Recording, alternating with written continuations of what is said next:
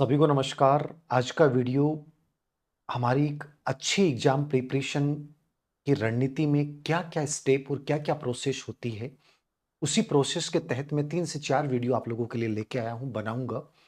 और उसमें पहला वीडियो आपके लिए है पेपर एनालिसिस क्यों ज़रूरी? ये मैं मेरे एक्सपीरियंस में भी बता रहा हूँ और हाल में ही 4 या 5 भर्ती परीक्षाएँ जो हुई हैं, उनके कुछ सेलेक्टेड कैंडिडेट्स से मैंने एक एनालिसिस करवाया, मैंने उनसे बात की, पर्सनली मोबाइल पे बात की। तो मुझे बहुत कुछ उनसे भी सीखने को मिला और चूंकि मैंने खुद भी इसको फॉलो किया है तो मुझे लगा कि मैं आपको ये 3 से 4 वीडियो के माध्यम से पूरा बताऊं कि सच में चीजें क्या होती हैं जो गलतियां अपन लोग करते हैं और अपन सोच लेते हैं कि सर क्या है।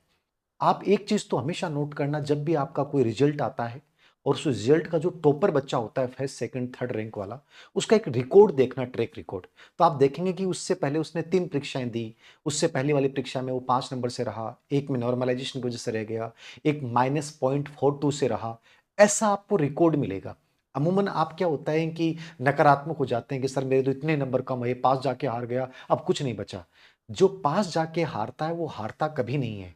वो याद रखना एक बहुत बड़ी जीत के लिए तैयार हो गया है और वो बच्चा अगली भर्ती या उससे अगली भर्ती में टॉप करके जाएगा। ये हमेशा नोट कर लेना, हमेशा यही होता है। तो इसका रीजन क्या होता है? और उसमें जो पहली कड़ी है, जो सबसे महत्वपूर्ण कड़ी है, वो है पेपर एनालिसिस, पेपर विश्लेषण। यदि ये आपको करना आता है तो आप ये मान के चलिए कि उस एग्जाम को देने के लिए तैयार हैं। आप में से कई बच्चे पूछते हैं सर केवीएस एनवीएस दे कि नहीं, ये भर्ती दे कि नहीं दे। अरे सबसे पहले आपको ये पता चलना चाहिए कि उस भर्ती जो दे रहे हो उसके 5 पेपर कोई भी निकाल के लेके आओ और उन 5 पेपरों को देखो। आप उन पेपरों में देखो ईमानदारी से आपको कितने क्वेश्चन आ रहे हैं बिना पढ़े, और उन प्रश्नों की भाषा को आप समझ पा रहे हैं कि नहीं समझ पा रहे हैं, क्या उसके अकॉर्डिंग आपके पास कंटेंट है कि नहीं है। 5 पेपर हर बच्चे को वो देने चाहिए जिस भर्ती की आप तैयारी करने जा रहे हो, और आपको अनलिमिटेड टाइम देना चाहिए उनको सॉल्व करने में कि कहां दिक्कतें कहां रही। उससे आपके दिमाग में एक आइडियोलॉजी सेट होगी, क्या मैं सच में इस भर्ती परीक्षा के योग्य हूं? क्या मुझे इस भर्ती परीक्षा के योग्य हूं तो मुझे किस लेवल पे जाके प्रिपरेशन करनी है और मुझे किन किन चीजों की जरूरत पड़ेगी। ये सबसे पहली कड़ी होती है। तुम टीचर से पूछते हो कि सर आपको इस भर्ती की तैयारी करनी चाहिए, अरे किसी से पूछने की जरूरत नहीं, आप खुद कीजिए। मैं 2010 में जब स्कूल लेक्चर, मेरा सेकंड पेपर था, और उस समय, आज तो चलो मैं इनसाइट दे रहा हूं आप लोगों को मोटिवेशन के माध्यम से, वीडियो के माध्यम से, मुझे एक बंदे ने नहीं बताई, लेकिन मेरे पता नहीं दिमाग में क्या था कि मैं जैसे ही पेपर देके घर पहुंचा, मम्मी ने कहा कि खाना खा ले, मैंने कहा नहीं।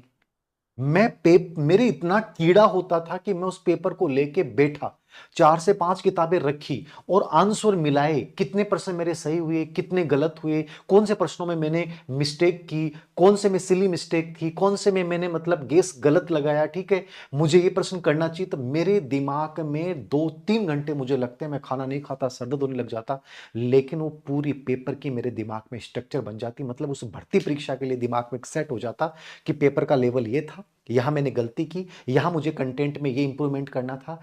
कभी भी ये नहीं होता, आप में से कई बच्चों की बातें सुनता हूं, सर पेपर दे देते हैं उसके बाद हम अगला काम करना शुरू कर देते हैं। कभी नहीं करना।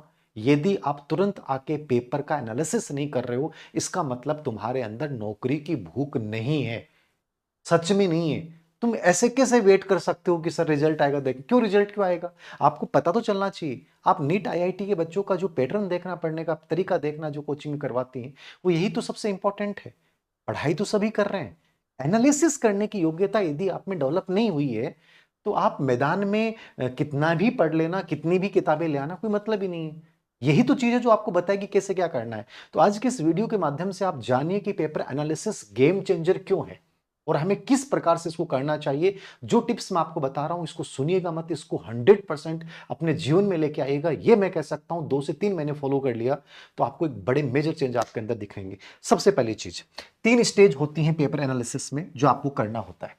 आप जैसे आपने पेपर दिया, आप ये देखें कि उस पेपर में आपने टाइम कितना दिया, रियल टाइम कितना दिया, कितने टाइम में आपने वो प्रश्न सोल्व किए, क्या टाइम कम पड़ा कि ज्यादा पड़ा। नंबर 2, आप 3 स्टेज है, पहला टाइम वाला, दूसरा आप अपने आप का खुद मेजरमेंट करें। खुद मेजरमेंट मतलब आप स्ट्रिक्टली मार्क करें अपने आप को, मतलब कि मैं सच में क्या वास्तव में योग्य हूं कि नहीं हूं, या मेरे अंदर क्या कमी रही है। आप अमूमन क्या होता है कि आप टेस्ट देते हो, यार मेरे सर ये रहा लेकिन मैं कर लूंगा, नहीं, ये सच में मेरी प्रॉब्लम्स रही हैं और मैं सच में अच्छा नहीं कर पाया। अपने आप को जब जजमेंट दो ना, तो वो स्ट्रिक्टली दो कि हाँ मैं यहां कमजोर रहा हूं, इस पार्ट में मुझे ध्यान देने की जरूरत है, तो अपना जो मार्क करो ना वो स्ट्रिक्टली करो। ये दूसरा स्टेप है पेपर एनालिसिस में। मैंने हमेशा देखा है कि जो भी हो गया यार, गलती होगी, ठीक है स्वीकार करो ना उनको। ऐसे थोड़ी है यार पेपर सेटर खराब था, ये हो गया, नहीं। चाहे 10% डिलीट हो जाए, होते हैं, गलती है उनकी, लेकिन फिर भी आप अपनी कमी मानो कि मैं 20% ज्यादा क्यों नहीं कर पाया, मैं यहां रिस्क क्यों नहीं ले पाया, ये चीज देखिए ना आप। और तीसरा सबसे इंपॉर्टेंट है डीप एनालिसिस। डीप एनालिसिस सबसे इंपॉर्टेंट कड़ी होती है पेपर एनालिसिस का। और डीप एनालिसिस क्या होता है, आप इसी प्रक्रिया को समझना। डीप एनालिसिस क्या होता है, सबसे पहले आप पूरे पेपर में जो पर्सन है उनको 4 पार्ट में डिवाइड करेंगे। कैसे डिवाइड करेंगे? पहला सीसी। सीसी का मतलब क्या है?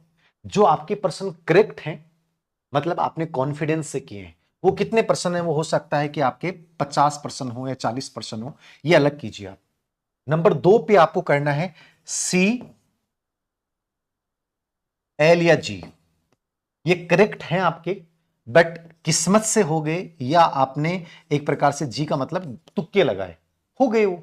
किस्मत से भी हो सकता, तुक्के लगाए, मान लीजिए ऐसे 8% हो सकते हैं। लेकिन ये दिमाग में बनना चाहिए यार, ये 8% मैंने तुक्के लगाए, लेकिन जरूर थोड़ी अगली बार तुक्के सही होंगे।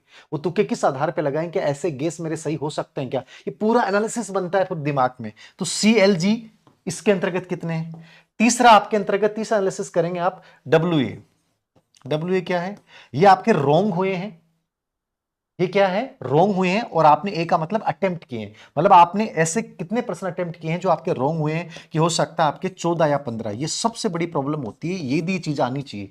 हमारी जो टेस्ट सीरीज चल रही है, लगभग 500 से 700 बच्चे ऑफलाइन दे रहे हैं। उसमें मैंने देखा है ग्रेड फर्स्ट के बच्चे बहुत अच्छा स्कोर हो रहा है, लगभग 90 150 के आसपास बच्चे हैं, 90 से 150 के बीच में, जो 40% प्लस जा रहे हैं। लेकिन मैंने उसमें एक चीज नोट की कॉमन, कि उनके नेगेटिव जो है वो 14 प्लस जा रहे हैं। ये सबसे बड़ी प्रॉब्लम है, इसी को तो कम करना होता है, यही हम ध्यान नहीं दे रहे हैं। आप 40% स्कोर कर रहे हैं, लेकिन ये बहुत बड़ी प्रॉब्लम है आपकी। तो रॉन्ग हुए हैं जो आपने अटेम्प्ट किए, वो कितने क्वेश्चन है और वो रॉन्ग क्यों हुए? और चौथा पर्सन है नॉन अटेम्प्ट, आपने अटेम्प्ट ही नहीं किए, जिन प्रश्नों को आप समझ ही नहीं पाए, आपको समझ में नहीं आया कि प्रश्न आया कहां से है। ऐसे कितने प्रश्न हैं, कौन से टॉपिक से आए हैं, ऐसा कौन सा टॉपिक था, कहीं मेरे कंटेंट में प्रॉब्लम थी, क्या थी? वो 4 कैटेगरी में आप पूरे प्रश्नों को डिवाइड करोगे। ये डिवाइडेशन जो है वो पूरे पेपर को खोल के रख देगा, दिमाग खुल जाएगा, एकदम से मजा आएगा आपको। आपको लगता है तो टाइम वाली चीज है, अरे भाई जिंदगी में यही तो चीजें जो बड़ी बनाती हैं। प्रोसेस फॉलो नहीं करोगे और तुम रटाफिकेशन में चाहे कितनी किताबें पढ़ रहे हो, तो क्या मतलब ही नहीं निकलता, उसका पढ़ने का तरीका ही खराब है। तो ये सबसे पहले आप ये कीजिए कि इन 4 आधार के ऊपर आप पूरे पेपर का एनालिसिस कीजिए। इसको पल बोलते हैं डीप एनालिसिस, जो सबसे इंपॉर्टेंट जरूरी है। फिर तीसरा स्टेप आप क्या फॉलो करेंगे? Topic analysis. तीसरी चीज जो है वो है टॉपिक एनालिसिस। टॉपिक एनालिसिस क्या होता है भाई? मैं जैसे मान लीजिए, मान लो कि सीटेट का पेपर होने वाला है, या ग्रेड सेकंड या ग्रेड थर्ड का पेपर होने वाला है। कई बार आप लोग कहते हैं कि सर आप किताब लेट, जैसे ग्रेड फर्स्ट की किताब नहीं निकाल रहा। तो मुझे पता है ना कि मैं क्यों नहीं निकाल रहा। आईसीटी पेडागोजी के टॉपिक जोड़े गए, मैंने उनके पुराने पीवाईक्यू देखे। राजस्थान में नहीं आए, अदर स्टेट के सिलेबस में थे, मैंने वहां के पीवाईक्यू देखे, मुझे लगा यार इसमें तो और कंटेंट की जरूरत है। यहां से प्रश्न उठा रहा है, इस किताब से उठा रहा है, इस बिंदु को ज्यादा वेटेज दिया है। ये होता है। मुझे कोई किताब निकालनी है, आपको कोई किताब पढ़नी है, और आपको ये नहीं पता कि यार इस टॉपिक में सबसे क्वालिटी वाली चीज क्या है, कहां से प्रश्न बने हैं। तुम्हारे राइटर होने निर्थक है, तुम्हारा अभ्यर्थी होना गलत है। टॉपिक एनालिसिस आना चाहिए। जैसे मैं बता दूं कि भी सीटेट क्लियर करनी है, साइकोलॉजी पढ़नी है, मुझे पता है कि 10% तो केवल वाइगोत्स्की पे आएंगे, आपके जीन पियाजे पे आएंगे, जेरोम ब्रूनर पे आएंगे, आपका कंस्ट्रक्टिव अप्रोच, इन तीनों को ढंग से पढ़ लो, 8 या 9-10% तो यहीं से आ जाएंगे। ये एनालिसिस है, टॉपिक एनालिसिस, कि यार मैं इनको तो ढंग से पढ़ के जाऊं, समझ गए? मोटिवेशनल इंटेलिजेंस को तो ढंग से पढ़ के जाऊं, सीडीपी में ये पार्ट बहुत इंपॉर्टेंट है, इसको ढंग से करके जाऊं, आरटी 2000, एनईपी 2020, समावेशी शिक्षा and inclusive education, Harvard gardener, ये तो बड़े इनको तो पढ़ के जाऊं। ये पूरा एनालिसिस है, मैंने अभी 2 मिनट में बता दिया आपको। ये आपको पता होना चाहिए। आप यूं अंधे हो कि मतलब अंधेरे में तीर चला रहे हो, वो जमाना गया। ये हम कहानियां पढ़ते हैं, पृथ्वीराज चौहान ने अंधेरे में आंख बांध करके मार दिया, वो टाइम जा चुका भाई। अब चीजें आपको अभ्यास करनी पड़ेंगी। आपको पता होना चाहिए कि इस टॉपिक में 10 पेज हैं, 10 पेज में से मुश्किल से 1.5 पेज इतना गजब वाला पार्ट है जहां से प्रश्न लगातार आ रहे हैं। तो टॉपिक एनालिसिस करें कि सबसे अधिक प्रश्न कहां से आ रहे हैं, हाई वेटेज वाले टॉपिक कौन से हैं। 80% टाइम आपको यहां पे देना है जो हाई वेटेज टॉपिक है। ये आपको पता होना चाहिए। साइकोलॉजी मुझे पता है, हिस्ट्री में मैं बता दूंगा आपको, जैसे करंट में हम अमूमन अनुमान लगाते हैं कि यार स्पोर्ट्स वाला पार्ट सबसे हाई वेटेज वाला है, बाकी चीजें देखें नहीं देखें लेकिन वहां जरूर देखें। तो ये चीज आपको पता होनी चाहिए कि वो हाई वेटेज टॉपिक कौन सा है। टॉपिक एनालिसिस सबसे इंपॉर्टेंट है। आपको पूरा सिलेबस खोल के रख देना है कि यार ये पार्ट नॉर्मल देख लूंगा काम चल जाएगा, लेकिन इस टॉपिक का ये पार्ट, ये बिंदु बेहद महत्वपूर्ण है, ये आना चाहिए। बहुत सारी चीजें होती हैं सिलेबस में क्लियर नहीं होती हैं, लेकिन जब पेपर एनालिसिस करते हैं तो आपको टॉपिक एनालिसिस का एक बहुत बड़ा बैकग्राउंड तैयार हो जाता है। तो ये आपको आना चाहिए। टाइम, फिर आता है टाइम एनालिसिस। टाइम एनालिसिस क्या जो था, टाइम एनालिसिस का मतलब है कि आप कोई पेपर दे रहे हैं, वहां आपको कितना टाइम लग रहा है, किस टॉपिक में आपको बहुत ज्यादा टाइम लग रहा है, क्या सच में आपको टाइम देना चाहिए उस टॉपिक को, क्या उसके अकॉर्डिंग उसका वेटेज है। तो ये आपको टाइम एनालिसिस भी करना है कि पूरे डिवाइडेशन करके कि मैं यहां ज्यादा टाइम ले रहा हूं, इन प्रश्नों को समझ नहीं पाया, वो क्या है और क्या मुझे इस टाइम को आगे रिकवर करना है। मतलब आपकी एक्यूरेसी स्पीड और टाइम स्पीड, एक्यूरेसी स्पीड और टाइम स्पीड, इन दोनों में एक बहुत बड़ा बैलेंस होना चाहिए। और वो तभी होगा जब पेपर एनालिसिस करोगे और हर दूसरे तीसरे पेपर के बाद आप ये देखोगे कि यार कहां चीजें हो रही हैं। चौथी चीज जो है, पांचवी चीज है, वो है पैटर्न को समझिए। पैटर्न कैसे समझा जाता है। अब आप कहोगे सर पैटर्न तो हमें समझ में नहीं आता, आप में से कई बच्चे कहते हैं। चलो मैं चीजें बता रहा हूं, ये मैं सच कह रहा हूं, मुझे किसी ने बताई नहीं है, मैंने खुद ऑटोमेटिकली इनसाइड थी क्या था, मैंने हमेशा पैटर्न को समझा है कि ये भर्ती परीक्षा है, इसमें इस टॉपिक में इस प्रकार के प्रश्न आते हैं, प्रश्नों की लैंग्वेज ही आती है। असंगत वाले प्रश्नों में अनुमान ये प्रश्न होता है, कथन कांड वाले प्रश्नों का आंसर लगभग ये होना चाहिए जब ऐसी लैंग्वेज आती है।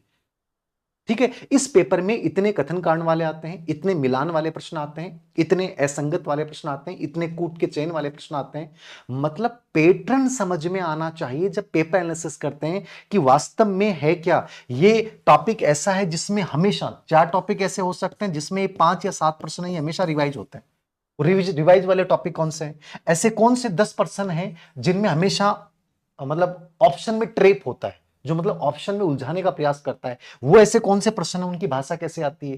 असंगत वाले कौन से प्रश्न आते हैं, कथन कांड वाले प्रश्नों में हमेशा अनुमान लगाने का तरीका क्या होता है।